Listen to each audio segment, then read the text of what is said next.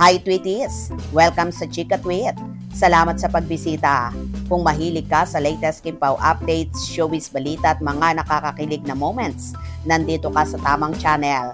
Kaya relax lang at tara na sa ating today's Chika.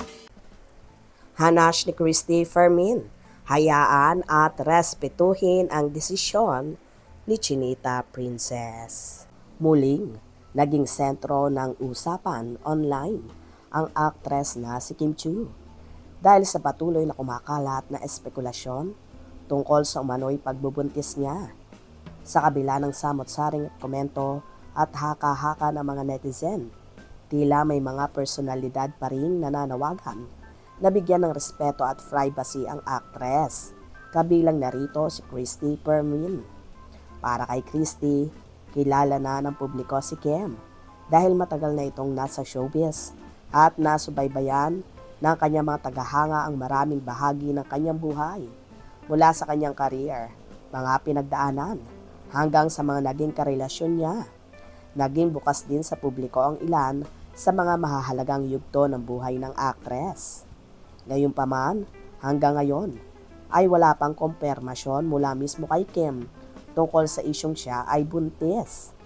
Kung sakaling totoo man ang kumakalat na balita, sinabi ni Christy na sa halip na husgahan o pakialaman ang personal na buhay ni Kim, mas nararapat na maging masaya para sa kanya, anuman ang kanyang pinagdaraanan o desisyong pinili sa buhay.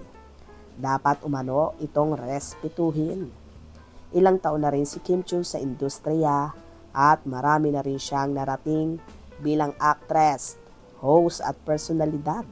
Sa kabila ng pagsubok at kontrobersiyang pinagdaanan niya, patuloy siyang nagsusumikap at naglalaan ng panahon para sa kanyang career at mga bagay na mahalaga sa kanya.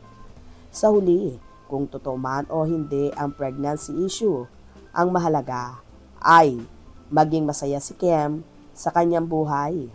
Para sa mga taong matagal nang sumusubaybay sa kanya, deserve umano ng actress ang kaligayahan matapos ang lahat ng kanyang pinaghirapan at mga tagumpay na nakamit sa kanyang buhay at karera. Samantala, may ilan namang netizen ang nagkomento regarding sa issue na ito. Congratulations! Sana totoo. Thank you po, Nay Christy, for a very nice comment for Kimi. It is ok na prege siya. Nasa edad na siya at pasalamat sa blessing niya at binigyan siya ng chance na mabuntis. Whether she has a husband, married, or live-in, it's her choice. Ang maganda na biyayaan siya ng baby. Yung iba still waiting for that na mangyari. Hayaan nyo kung buntis man siya. Hindi kasi buhay nila yan. Wala tayong ambag sa buhay nila. Love, family. Hindi naman po siya buntis, Madam Christy.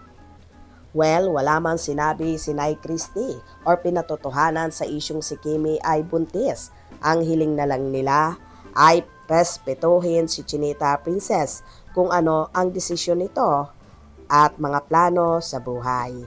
Kayo, anong opinion nyo regarding dito? Mga katwitis, tumutok palagi para sa latest showbiz updates at huwag kalimutang mag-subscribe, like, at pakishare na rin para lagi kang updated. Hanggang sa muli!